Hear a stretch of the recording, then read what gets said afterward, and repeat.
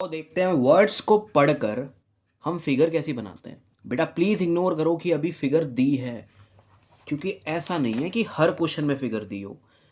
हर question में figure नहीं दी तो हम बेसिकली इंग्लिश ग्रामर या प्रीपोजिशन लगा के आप कैसी फिगर बना देते हो वो देखेंगे।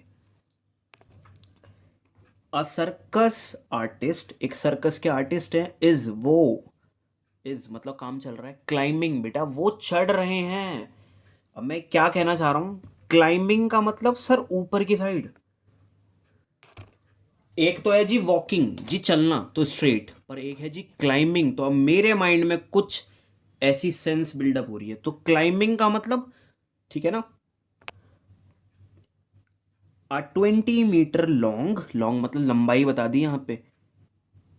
रोप, ठीक है यार, 20 मीटर की कोई रोप है और कोई सर्कस आर्टिस्ट है, तो हम कुछ ऐसा सेंस बिल्डअप कर सकते हैं।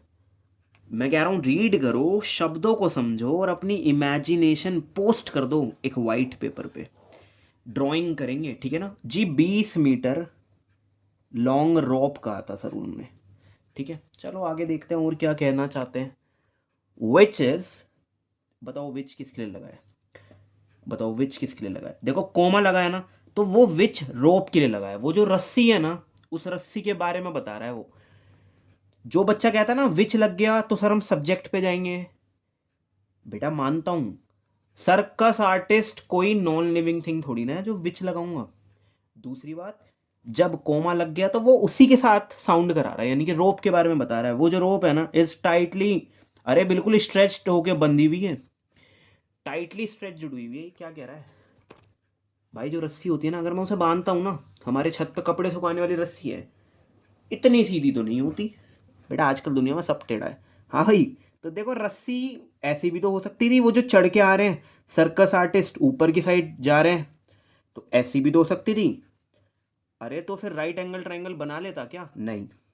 मैथ्स नहीं कंसिडर कर पाएगी किसी एक कर्व को राइट एंगल ट्रायंगल में, तो जानबूझ के लिखा है कि जी ना वो टाइटली स्ट्रेच हुई हुई है, इसे अगर आप खींच दोगे तो हो जाएगा काम, स्ट्रेट हो गई, ताकि बच्चा ट्रिग्नोमेट्री लगा ले।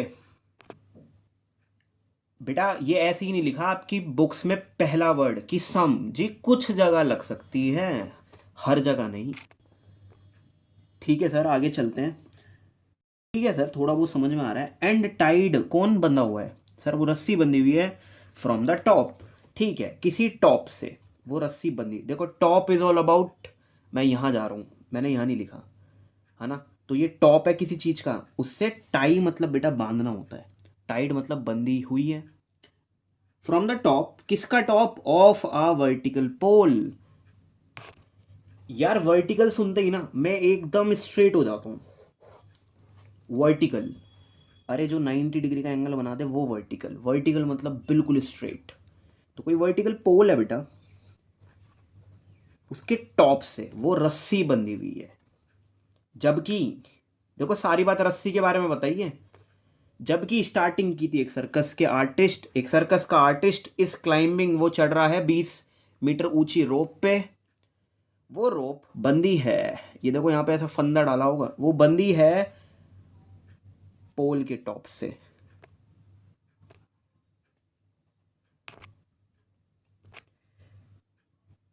वो बातों को घुमाएगा यार, वो भी आप लोगों के आगे। आगे देखते हैं, ठीक है। वर्टिकल पोल, अच्छा टू द ग्राउंड, सर ये टू द ग्राउंड कैसा आ गया। एक भाई के नाते बात बोल रहा हूँ, टू और बाय में अगर दिक्कत कर दी पूरी फिगर खराब हो जाएगी। कहना ये चाह रहा हूँ कि प्री पोजीशन की कदर करना सीखो। टू द ग्राउंड मतलब जी, एक सेकेंड, सब्जेक्ट पकड़ना पड़ेगा, फुल स्टॉप लग गया ना यहाँ। अच्छा कहाँ से लाइन स्टार्ट होती है, अच्छा जो रोप है ना, ठीक है, वो बंदी हुई है, टाइटली बंदी हुई है पोल के टॉप से। और वो पोल, बेटा पोल खुल गई इस पोल की, वो पोल ना टू द ग्राउंड मतलब ग्राउंड पर है। सर इसे एक्सटेंड कर दो, क्योंकि वो आर्टिस्ट स्टार्ट कैसे करेंगे क्लाइंबिंग करना। बेटा माउंटेन क्लाइंबिंग सुना होगा आपने, क्लाइंबिंग इज ऑल अबाउट बेटा ऊपर की साइड। एलिवेटेड भी यही होता है, लिफ्ट भी यही काम करती है। तो एक सेंस हमारी पहले ही बिल्डअप हो गई थी कि ऊपर की साइड। यार ये रहा मेरा ग्राउंड। एप्लीकेशन लगाते टाइम हम लोग इसे बेस बोलते हैं, और स्टूडेंट इसे ना पी साउंड करवाता है, मतलब परपेंडिकुलर, बेटा जो 90 डिग्री का एंगल बना रहा हो। और ये कौन है, सबसे बड़ी साइड जो 90 के मिल जाएगी सामने। Yes, hypotenuse. अरे हिप्पोपोटामस सोचो ना कितना बड़ा होता है, तो हाइपोटेनस। और एक चीज और, प्लीज इसे हाइट मत बोलो क्योंकि तुम एच से डिनोट करोगे, और ये भी एच और ये भी एच, तो कहीं हम कंफ्यूज ना हो जाए। चलो तो आगे चलते हैं यार। कह रहा है if the angle made by the rope, अगर कोई एंगल बना रही है रोप, एक सेकेंड, ये एंगल क्या है बेटा, दो लाइनों के बीच में जो बनता है उसे एंगल कहते हैं। अभी रिसेंटली क्या हुआ, एक लाइन ये और सर एक दूसरी लाइन स्ट्रेट, तो इसके बीच में कौन बना, 90 डिग्री का एंगल। हाँ बिल्कुल सही, एक स्ट्रेट लाइन अपने साथ 180 का एंगल बनाती है, क्योंकि ये भी तो दो लाइंस हैं, पूरी खुल गई बेटा वो। डी इमेजिन करो, डी। देखो ये रोप ना यार, दो एंगल क्रिएट कर सकती है, या तो पोल के साथ या फिर ग्राउंड के साथ। Do you know about elevation? आप नीचे खड़े हो और आप अपनी आंखें कितनी ऊपर एलिवेट करते हो, उसे कहते थे एंगल ऑफ एलिवेशन। एलिवेशन का काम ही यही था कि चीज़ों को ऊपर की साइड लेकर जाना, जैसे एलिवेटर होते हैं, ऊपर कितना टेंस अप करा। और जबकि डिप्रेशन के टाइम पहले तो हॉरिजॉन्टल लेवल क्रिएट करो। डिप्रेशन के टाइम, एक second, horizontal is all about बेटा स्ट्रेट लाइन जो ग्राउंड से पैरेलल हो। डिप्रेस्ड कितना हो यार, तुम्हारा हेड कितना तुम डाउन जा रहे हो, वो एंगल क्या है। तो चलो ठीक है, एलिवेट कितना करते हो, क्योंकि अगर आप सीधा देखते हो मतलब एक हॉरिजॉन्टल लेवल, तो जी आपको हेड उठाने की जरूरत ही नहीं पड़ती। पर अगर आप किसी बिल्डिंग का टॉप देखते हो तो आपका हेड ऊपर करना पड़ता है, जिससे आईज भी ऊपर हो जाती है। लाइन ऑफ साइट कोई बताएगा मेरे को? साइट मतलब ability to see the object, जैसे आई साइट कहते हैं। लाइन ऑफ साइट मतलब बेटा हम लोग ना एक एक्सरे सी निकालते हैं आंखों से, मतलब जैसे अगर मैं देख रहा हूँ सीधा, मतलब ऐसे हम रेज निकालते हैं। तो उस सेंस में कह रहा है कि ऑब्जेक्ट ऊपर है तो तुम ऊपर की साइड देख रहे हो। हाँ यार, एक विजन है आंखों का ना। अब नीचे की साइड अगर देख रहे हो, तो अब देखो तुम हेड कितना नीचे करोगे, हॉरिजॉन्टल तो ये है, इससे कितना नीचे डाउनवर्ड देखोगे। हाँ यार, डी फॉर डिप्रेशन और डी फॉर डाउनवर्ड कितना एंगल करा।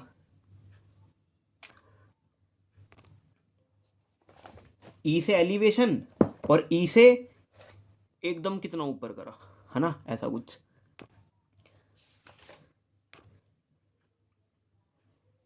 विद द ग्राउंड बेटा, वो जो रोप देखो, angle is made by the rope with the ground level से जो एंगल बन रहा है वो है 30 डिग्री। आपको तो पता ही है एग्जाम में उन्हें माइंड की कंडीशनिंग करनी है, क्या पता सेम क्वेश्चन दे। और ट्विस्ट कैसा बना के देंगे जी, ये फिगर नहीं देंगे, कहेंगे एंगल ऑफ एलिवेशन 30 है। बताओ एंगल ऑफ एलिवेशन भी अगर कहूंगा विद द ग्राउंड को तो कोई गलती है? इसे सोचो एंगल ऑफ एलिवेशन कह रहा हूं।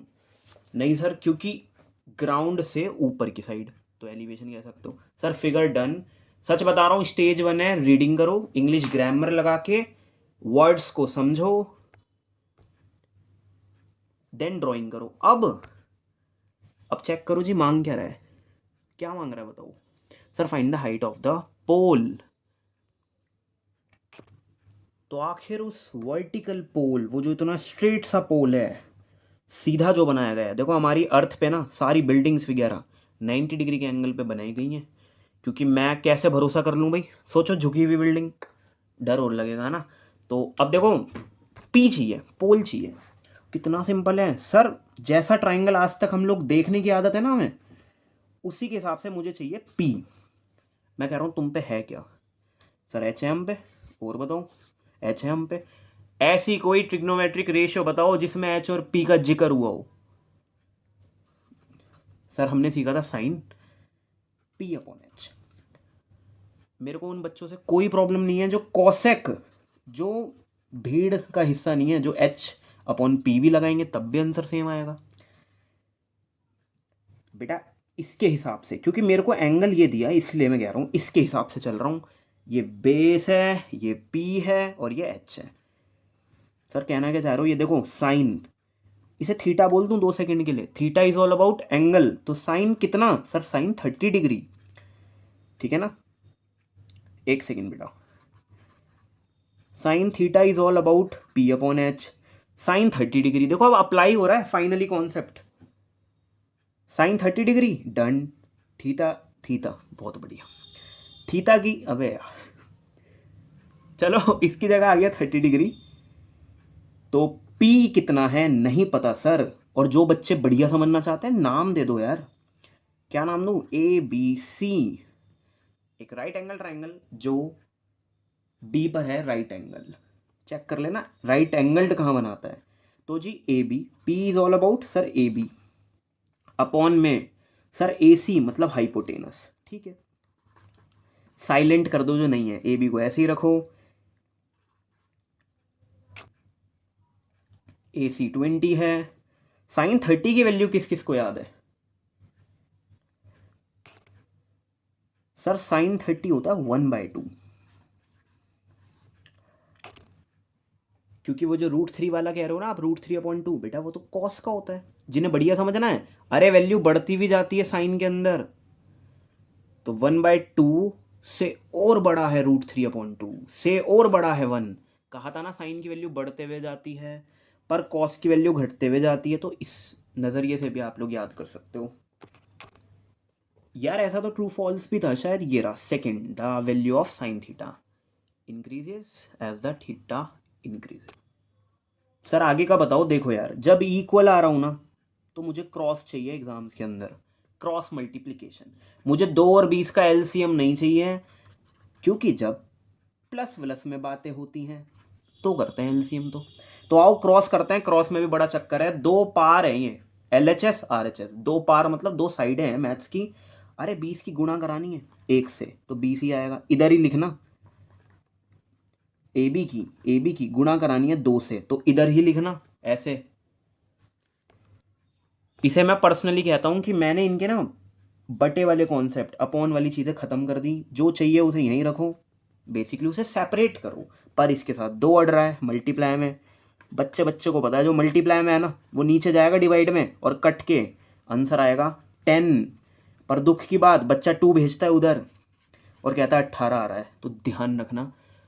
मुझे पता है आप लोग कर लोगे, अच्छा ही करोगे एग्ज़ाम्स में। थैंक यू सो मच यार।